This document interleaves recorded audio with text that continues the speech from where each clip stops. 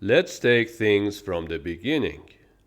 The east side of the Caspian Sea was the birthplace of the Indo-Iranian languages. That's where the Iranian-speaking tribes were mostly located. After the collapse of the Bronze Age, many of these Iranian-speaking populations began migrating towards the central parts of Iran. One of them was called Persians. And this is the path that they took. They went straight towards the lower end of Zagros Mountains. And when they arrived, they met an ancient Zagros civilization called Elam. The Elamites had been sitting there for more than 4,000 years. Between 700 BC and 800 BC, the powerful Assyrian Empire was constantly invading the Elamites, and as a result, the Elamites had to occasionally abandon their major cities and they escape into the mountains. Sometimes between 700 BC and 750 BC, the Persians seized the opportunity and they captured one of the capitals of the Elamites, the ancient city of Anshan. Welcome to Anshan. Not a whole lot has survived in this place because this city was destroyed several times in history, for example, by the army of Alexander or by the Arabs, and so on. Regardless, the Persians captured this city, and sometimes around 700 BC they established a small kingdom called the Kingdom of Persia or Persis. The founder of this small Persian kingdom was a man named Achaemenid, and then the throne was passed on to his son, his grandson, all the way to Cyrus. 5 generations of kings total.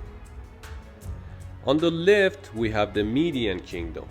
The founder is a man named Deioces, and then his grandson Cyaxares comes to power.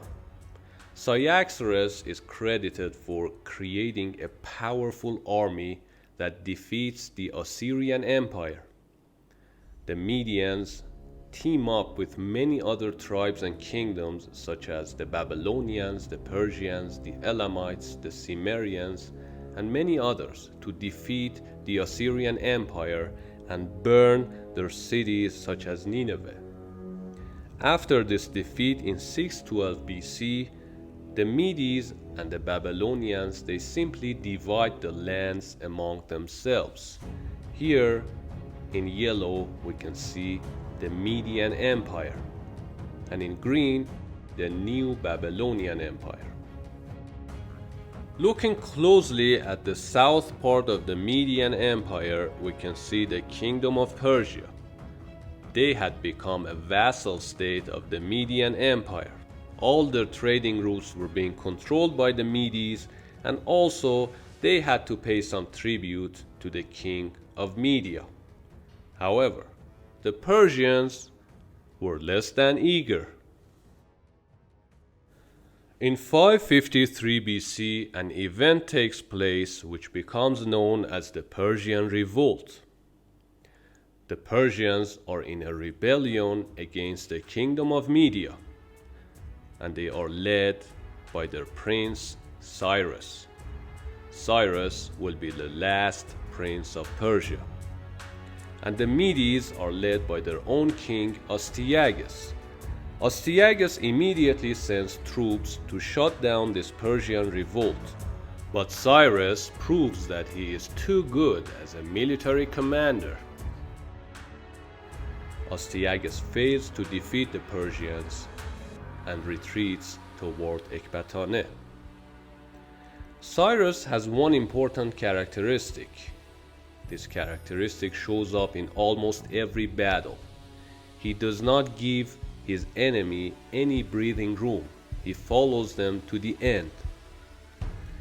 Cyrus gives the order and the Persians invade Ecbatane, and they meet Astyages right at the gates of Ecbatane, and this is where the battle takes place. The Persians were outnumbered 3-1. Regardless, they defeated the Medes and they captured their capital. Astyages is also captured, but his life is spared. At this point, practically the Median Empire is overthrown.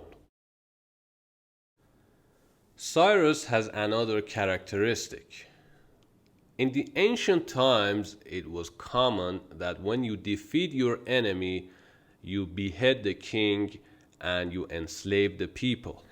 Cyrus, however, he did the exact opposite. He gave them jobs. So Astyages' life is spared and he is forced to work for Cyrus. Also, the troops of the Medes now join the Persians, and now there is a coalition of Persians and Medes, and the army suddenly triples in size. This powerful army is led by Cyrus of Persia.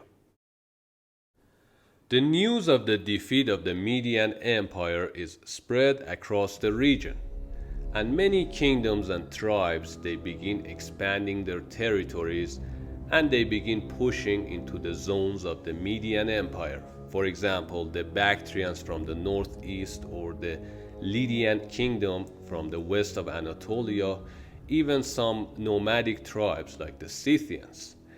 At this point, Cyrus knows one thing: if he doesn't act now, it may all become too late.